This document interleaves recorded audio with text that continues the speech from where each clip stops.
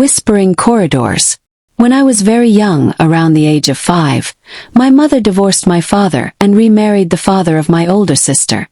For a couple of months, we lived with my new step-grandparents while they went through the paperwork of acquiring a new house.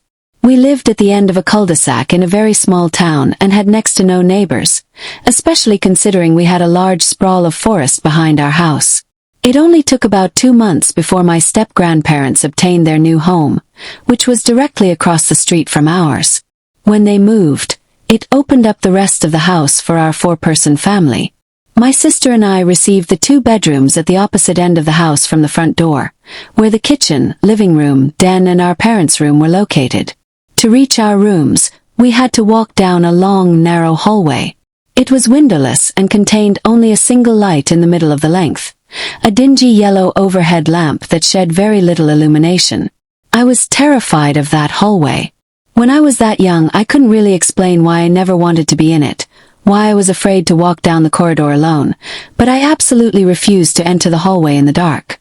The only light switch was in the kitchen, which connected to the hallway, and I would always turn it on and get down the hallway as quickly as possible.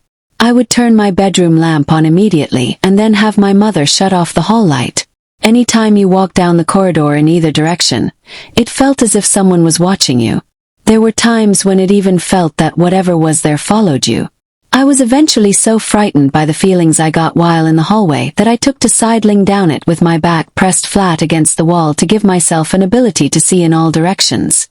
I used to tell my mother about my problems with the hallway, but I think that she was a bit frightened of it and my complaints and did her best to try not to scare me by agreeing with my troubles or acknowledging them in such a way that would make it sound like all the fear was a real, tangible thing.